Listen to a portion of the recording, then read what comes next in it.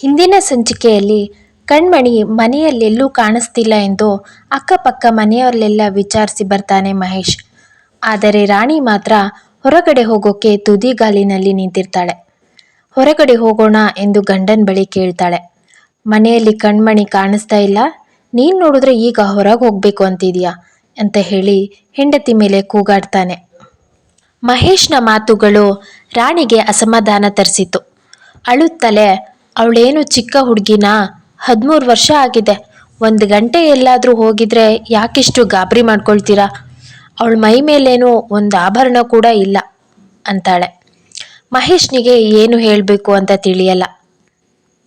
ಥಿಯೇಟರ್ಗೆ ಹೋದ್ರೂ ಅಲ್ಲಿ ನೆಮ್ಮದಿಯಾಗಿ ಫಿಲಮ್ ನೋಡೋಕ್ಕೂ ಆಗಲ್ಲ. ಕಣ್ಮಣಿ ಮನೆಗೆ ಬಂದ್ಲೋ ಇಲ್ವೋ ಅಂತ ಯೋಚಿಸೋಕ್ಕಿನ್ನ ಮನೇಲಿ ಇರೋದು ವಾಸಿ ಅಂತ ಅನ್ಕೊಳ್ತಾನೆ. ಕಣ್ಮಣಿಯನ್ನು ಹುಡುಕಿ ಹುಡುಕಿ ಸುಸ್ತಾಗಿ ರಾತ್ರಿ 8 ಗಂಟೆಗೆ ಮಹೇಶ್ ಮನೆಗೆ ಬಂದ. ಮಹೇಶ್ ಮನೆಗೆ ಬಂದ ಸ್ವಲ್ಪ ಹೊತ್ತಿನಲ್ಲೇ ಅವನ ಸ್ನೇಹಿತ ವೆಂಕಟೇಶ್ ಅವರು ಕಣ್ಮಣಿಯ ಕೈ ಹಿಡಿದು ಮನೆಗೆ ಕರ್ಕೊಂಡು ಬಂದ್ರು. ಕಣ್ಮಣಿ ಎಲ್ಲಿದ್ಲು ವೆಂಕಟೇಶ್? ಊರಿಂದ 4 ಮೈಲಿ ಆಚೆಗೆ ಒಬ್ಳೆ ನಡ್ಕೊಂಡು ಹೋಗ್ತಾ ಇದ್ಲು. ನಾನು ನನ್ನ ಫ್ರೆಂಡ್ಸ್ ಎಲ್ಲರೂ ಸುಮ್ಮನೆ ತಿರ್ಗಾಡಿ ಬರೋಣ ಅಂತ ಅಲ್ಲಿ ಹೋಗ್ತಾ ಇದ್ವಿ. ಆಗ ಇವಳು ಒಬ್ಳೆ ಹೋಗ್ತಿದ್ದನ್ನು ನೋಡಿದೆ. ಎಲ್ಲಿಗೆ ಹೋಗ್ತಾ ಇದೀಯಾ, ಅಪ್ಪ ಎಲ್ಲಿ ಅಂತ ನಾನು ಕೇಳಿದೆ. ಆದರೆ ಕಣ್ಮಣಿ ಏನು ಮಾತಾಡಲೇ ಇಲ್ಲ. ಸರಿ ಮನೆಗೆ ಬಿಡ್ತೀನಿ ಬಾ ಅಂತ ಹೇಳಿ ಇಲ್ಲಿಗೆ ಕರ್ಕೊಂಡು ಬಂದೆ. ವೆಂಕಟೇಶ್ ಮಹೇಶ್ ಅವರ ಬಳಿ ಸ್ವಲ್ಪ ಹೊತ್ತು ಮಾತನಾಡಿ ನಂತರ ಅಲ್ಲಿಂದ ಹೊರಟು ಹೋದ್ರು.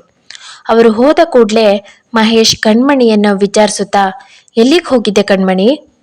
ಎಲ್ಲಿಗೂ ಇಲ್ಲ. ಯಾಕೆ ಹೋಗಿದ್ದೆ? ಸುಮ್ಮನೆ ಮನೆಯಲ್ಲಿ ಬೇಜಾರಾಯಿತು. ಮನೆಯಲ್ಲಿ ಹೇಳಬೇಕಲ್ವಾ, ನನಗೆ ತುಂಬ ಗಾಬರಿಯಾಗಿತ್ತು ಅಂತಾನೆ. ಸಿನಿಮಾ ಹೇಗಿತ್ತಪ್ಪ? ಮಗಳ ಪ್ರಶ್ನೆಗೆ ಬೇಸರಗೊಂಡ ಮಹೇಶ್, ಸಿನಿಮಾ ಎಲ್ಲಿಂದ ಬಂತು, ಮನೆಯಲ್ಲಿ ನಿಂದೇ ದೊಡ್ಡ ಸಿನಿಮಾ ಆಗಿತ್ತಲ್ಲ, ಹೋಗಲಿಲ್ಲ. ಸ್ವಲ್ಪ ದಿನದ ನಂತರ ರಾಣಿಗೆ ಸೀಮಂತ ಶಾಸ್ತ್ರವಿತ್ತು. ಆರತಿಗೆ ಮೈಸೂರಿನಿಂದ ಬಂಧುಗಳು ಮುಂಚಿತವಾಗಿಯೇ ಬಂದಿದ್ರು. ಅಕ್ಕನ ಮದುವೆಯಾದ ನಂತರ 1 ಬಾರಿಯೂ ಅಕ್ಕನ ಮನೆಗೆ ಬರದ ಶೇಖರ್ ಇಂದು ಅಕ್ಕನ ಮನೆಗೆ ಬರೋನಿದ್ದ. ಅಕ್ಕನ ಮದುವೆಯಲ್ಲಿ 17 ವರ್ಷದ ಹುಡುಗನಾಗಿದ್ದ ಶೇಖರ್ ಈಗ 20 ವರ್ಷದ ತರುಣನಾಗಿದ್ದ. ಮೃದುವಾಗಿದ್ದ ಅವನ ಕೆನ್ನೆಗಳು ಈಗ ಒರಟಾಗಿದ್ದವು. ಬಟ್ಟೆ ಬರೆಯಲ್ಲಿನ ಆಲಕ್ಷ್ಯ ಇವಾಗ ಇರಲಿಲ್ಲ. ಚೋಟುದ್ದದ ರಾಜ ಈಗ ಆರಡಿ ಆಗಿರುವುದನ್ನು ನೋಡಿ ರಾಣಿಗೆ ಆಶ್ಚರ್ಯವಾಯಿತು. ಹೇಗಿದ್ದವನು ಹೇಗಾಗಿದ್ಯಾ ಶೇಖರ್? ಹೇಗಿದ್ದೀನಿ ಅಕ್ಕ? ತಮ್ಮನ ಧ್ವನಿ ಒಡೆದಿರುವುದು ತಿಳಿತು. ಕಣ್ಮಣಿಗೆ ಶೇಖರ್ನ ನೆನಪು ಅಷ್ಟಾಗಿ ಇರಲಿಲ್ಲ. ಅಪ್ಪನ ಮದುವೆಯಲ್ಲಿ ಅವನೊಡನೆ ಸಲಿಗೆಯಿಂದ ಆಟವಾಡಿದ್ದು ಇವಳಿಗೆ ಮರೆತೇ ಹೋಗಿತ್ತು. ಆದರೂ ಶೇಖರ್ ಒಳ್ಳೆಯ ಹುಡುಗ ಎಂಬುದು ಇವಳ ಮನಸ್ಸಿನಿಂದ ಮರೆಯಾಗಿರಲಿಲ್ಲ. ಮೊದಲಿನಂತೆ ಶೇಖರ್ನೊಂದಿಗೆ ಸಲಿಗೆಯಿಂದ ಇರಲು ಇವಳಿಗೆ ಸಂಕೋಚ ಆಯಿತು. ಆದರೆ ಶೇಖರ್ ಸಲಿಗೆಯಿಂದಲೇ ಕಣ್ಮಣಿಯ ಬಳಿ ಹೋಗಿ ಮಾತನಾಡಿಸ್ದ. ಕಣ್ಮಣಿ, ನನ್ನ ನೆನಪಿದೆಯಾ? ಹಾಂ ಇದೆ. ನದಿ ತೀರದಲ್ಲಿ ನಾನು ಕೊಟ್ಟ ಕಲ್ಗಳನ್ನ ಇನ್ನೂ ಇಟ್ಕೊಂಡಿದೀಯಾ?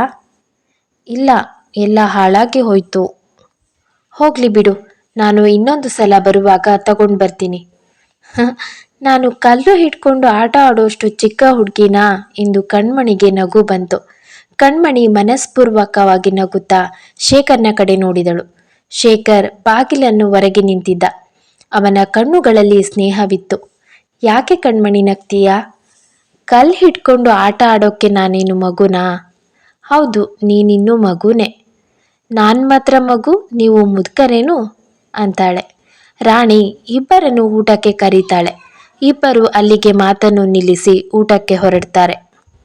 ಊಟಕ್ಕೆ ಕುಳಿತಿದ್ದಾಗ ಮೈದುನನನ್ನು ಮಹೇಶ್ ಮಾತನಾಡಿಸುತ್ತಾ, ಮುಂದೆ ಏನು ಮಾಡಬೇಕು ಅಂತ ಇದೀಯಾ? ನೀನು ಇಂಜಿನಿಯರಿಂಗ್ ಅಥವಾ ಮೆಡಿಕಲ್ ಮಾಡಿದ್ರೆ ಒಳ್ಳೇದು ಅಂತ ಅನ್ನೋದು ನನ್ನ ಆಸೆ. ನೀವೇನು ಹೇಳ್ತೀರಾ ಮಾವ? ಆದರೆ ಅವನು ಹಠ ಹಿಡ್ದಿದ್ದಾನೆ. ಸೈಕಾಲಜಿ ಬಿಟ್ಟು ಬೇರೇನೂ ತಗೊಳ್ಳಲ್ಲ ಅಂತ ಹೇಳ್ತಿದ್ದಾನೆ. ಪರೀಕ್ಷೆಗೆ ಓದ್ಕೊಳ್ಳೋದು ಬಿಟ್ಟು ಮೆಕ್ಡೂಗಲ್, ಹ್ಯಾವ್ಲಾಕ್ ಪುಸ್ತಕಗಳನ್ನ ಹಿಡಿದು ಓದ್ತಾ ಇರ್ತಾನೆ. ಏನು ಸೈಕಾಲಜಿನೋ ಏನೋ. ಶೇಖರ್ ತಲೆ ಎತ್ತದೆ ಹಾಗೆ ಊಟ ಮಾಡ್ತಿದ್ದ. ರಾಣಿ ಮಾತಾಡ್ತಾ, ಸೈಕಾಲಜಿ ಹಾಗಂದ್ರೇನು? ಸೈಕಾಲಜಿ ಅಂದರೆ ಮನಃಶಾಸ್ತ್ರ. ಓದೋಕ್ಕೇನೋ ಚೆನ್ನಾಗೇ ಇರುತ್ತೆ, ಆದರೆ ಜೀವನಕ್ಕೆ ಕೈ ಹಿಡಿಯುತ್ತೋ ಇಲ್ವೋ ಗೊತ್ತಿಲ್ಲ. ಮನಸ್ಸು ಓದೋಕ್ಕೂ ಶಾಸ್ತ್ರ ಇದೆಯಾ ಅಂತಾಳೆ ರಾಣಿ. ಒಂದೊಂದು ಮನಸ್ಸು ಸಾಗರದಷ್ಟು ಆಳವಾದದ್ದು. ಮಾನವನ ಒಂದು ನಗೆ ಹಿಂದೆ, ಚಲನವಲನದ ಹಿಂದೆ ರಾಮಾಯಣ ಮಹಾಭಾರತಕ್ಕಿಂತಲೂ ದೊಡ್ಡ ಕಥೆಯೇ ಅಡಗಿರುತ್ತೆ. ಆದರೆ ನನ್ನ ಮಗ ಸೈಕಾಲಜಿಸ್ಟ್ ಆಗುವುದು ನನಗೆ ಇಷ್ಟ ಇಲ್ಲ. ಯಾಕಪ್ಪ ಬೇಡ ಅಂತೀಯಾ? ಅದರಿಂದ ತುಂಬ ಹಣ ಸಂಪಾದಿಸೋಕೆ ಆಗುತ್ತಾ ಎಂದು ನೀರನ್ನು ಕುಡಿಯುತ್ತಾ ತಮ್ಮನಲ್ಲಿ ಕೇಳ್ತಾಳೆ. ಈಗ ನನ್ನ ಮನಸ್ಸಲ್ಲಿ ಏನಿದೆ ಹೇಳೋ ನೋಡೋಣ. ಸಾಂಬಾರ್ ತುಂಬ ಖಾರ ಇದೆ ಅಂತ ಯೋಚಿಸ್ತಾ ಇದ್ದೀಯಾ? ಅವನ ಮಾತನ್ನು ಕೇಳಿ ಮನೆಯವರೆಲ್ಲ ನಕ್ಕರು. ಸರಿಯಾಗಿ ಹೇಳ್ದೆ, ನಿನಗೆ ಹೇಗೆ ಗೊತ್ತಾಯ್ತು? ನೀನೀಗ ನೀರು ಕುಡಿಲಿಲ್ವಾ? ಹಾಗೆ ಗೊತ್ತಾಯ್ತು ಅಂತಾನೆ. ಏನು ಸೈಕಾಲಜಿನೋ ಏನೋ ಎಂದು ತಮ್ಮನನ್ನು ಗೇಲಿ ಮಾಡಿದ್ಲು. ಬಂಧುಗಳೆಲ್ಲ ಸೇರಿದ್ರಿಂದ ಮಹೇಶ್ನ ಮನೆಯಲ್ಲಿ ಒಂದು ಜೀವ ಕಳೆ ತುಂಬಿತು. ಬಂದವರೆಲ್ಲ ಪ್ರತಿ ಅಡುಗೆ ಕೆಲಸಕ್ಕೆ ಎಲ್ಲದಕ್ಕೂ ರಾಣಿಯನ್ನೇ ಕೇಳ್ತಾ ಇದ್ರು. ರಾಣಿ ಈಗ ಮನೆಯ ಮುಖ್ಯಸ್ಥೆಯಾಗಿದ್ಲು. ಕಣ್ಮಣಿಯನ್ನು ವಿಚಾರಿಸುವವರೇ ಯಾರೂ ಇರಲಿಲ್ಲ. ಹಿಂದೆ ತಾಯಿ ಬದುಕಿದ್ದಾಗ ಕಣ್ಮಣಿಯ ಸಂತೋಷಕ್ಕಾಗಿ ಜೀವವನ್ನೇ ಸರ್ವಸ್ವವಾಗಿರಿಸಿದ್ರು. ತಾಯಿ ಹೋದ ಮೇಲೆ ಬಹಳ ವೈಭವದಿಂದ ಆಚರಿಸುತ್ತಿದ್ದ ಕಣ್ಮಣಿಯ ಹುಟ್ಟುಹಬ್ಬ ನಿಂತೇ ಹೋಗಿತ್ತು. ಕಣ್ಮಣಿಗೂ ತನ್ನ ಹುಟ್ಟಿದ ದಿನ ಯಾವುದೆಂಬುದೇ ನೆನಪಿರಲಿಲ್ಲ.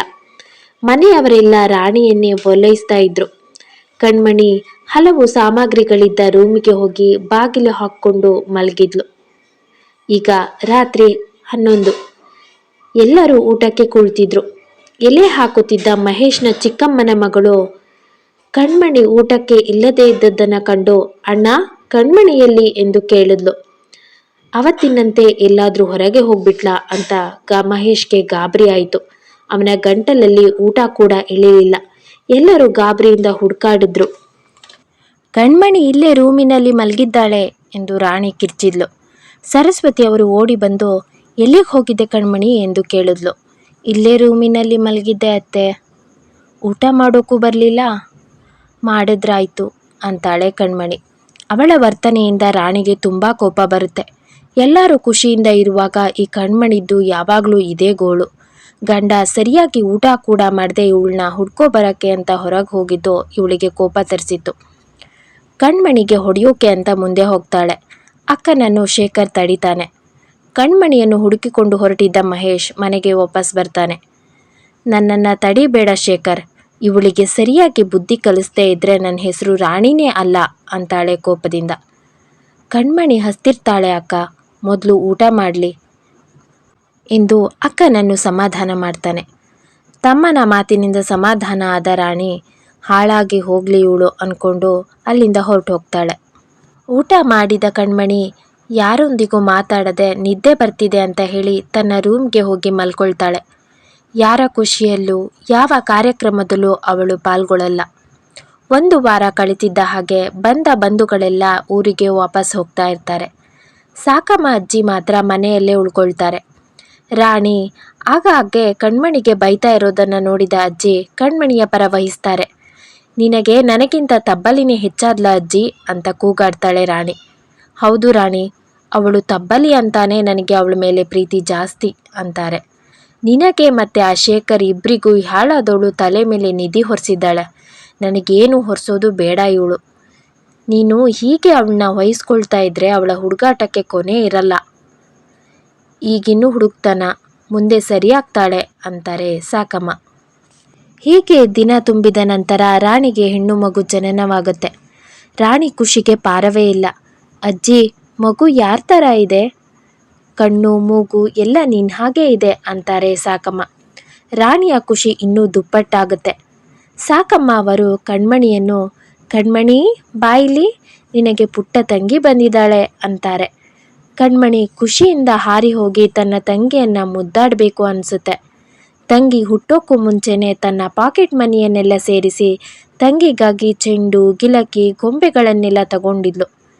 ತಂಗಿ ಹುಟ್ಟಿದ್ಲು ಅಂತ ತಿಳಿದ ಕೂಡಲೇ ಅಜ್ಜಿ, ನಾನು ನನ್ನ ತಂಗಿಗೆ ಚೆಂಡು ಕೊಡಬೇಕು ಅಂತಾಳೆ.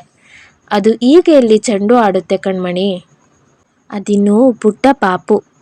ಪರವಾಗಿಲ್ಲ ಅಜ್ಜಿ, ಪಕ್ಕದಲ್ಲಿ ಆದರೂ ಇಡ್ತೀನಿ ಅನ್ನುತ್ತಾಳೆ ಉತ್ಸಾಹ ತಡೆಯಲಾರ್ದೆ. ಕಣ್ಮಣಿ ಈಗ ಪಾಪುನ ನೋಡೋಕೆ ರೂಮಿಗೆ ಬಂದ್ಲು. ರಾಣಿ ಆಯಾಸದಿಂದ ಕಣ್ಣು ಮುಚ್ಚಿ ಮಲಗಿದ್ಲು. ಅವಳ ಪಕ್ಕದಲ್ಲಿ ಮಗು ಮಲಗಿತ್ತು. ಕಣ್ಮಣಿ ಮಂಚಕ್ಕೆ ತೀರಾ ಹತ್ತಿರ ಹೋಗ್ತಾ ಇದ್ಲು. ತೀರಾ ಹತ್ತಿರಕ್ಕೆ ಹೋಗಬೇಡ, ದೂರವೇ ಇದ್ದು ನೋಡು ಅಂತಾರೆ ಸಾಕಮ್ಮ. ಪಾಪು ದೂರ ಇದ್ದರೆ ನನಗೆ ಕಾಣಿಸಲ್ಲ ಅಜ್ಜಿ ಅಂತಾಳೆ. ಇರು, ನಾನೇ ಎತ್ಕೊಂಡು ತೋರಿಸ್ತೀನಿ ಎಂದು ಸಾಕಮ್ಮ ಮಗುವನ್ನು ಎತ್ಕೊಂಡು ಬರ್ತಾರೆ. ಕಣ್ಮಣಿಗೆ ಪುಟ್ಟ ತಂಗಿಯಿಂದಲಾದರೂ ಸಂತೋಷ ಸಿಗುತ್ತಾ? ರಾಣಿ ಈಗಲಾದರೂ ಬದಲಾಗ್ತಾಳಾ? ಕತೆ ಮುಂದುವರಿಯುತ್ತೆ. ಈ ಸ್ಟೋರಿ ನಿಮಗೆಲ್ಲ ಇಷ್ಟ ಆಯಿತು ಅಂತ ಭಾವಿಸ್ತೀನಿ. ಯಾರೆಲ್ಲ ಆ ಕಡೆ ತನಕ ಸ್ಟೋರಿಯನ್ನು ಕೇಳಿಸ್ಕೊಂಡ್ರಿ ನಿಮಗೆಲ್ಲ ತುಂಬಾ ಧನ್ಯವಾದ.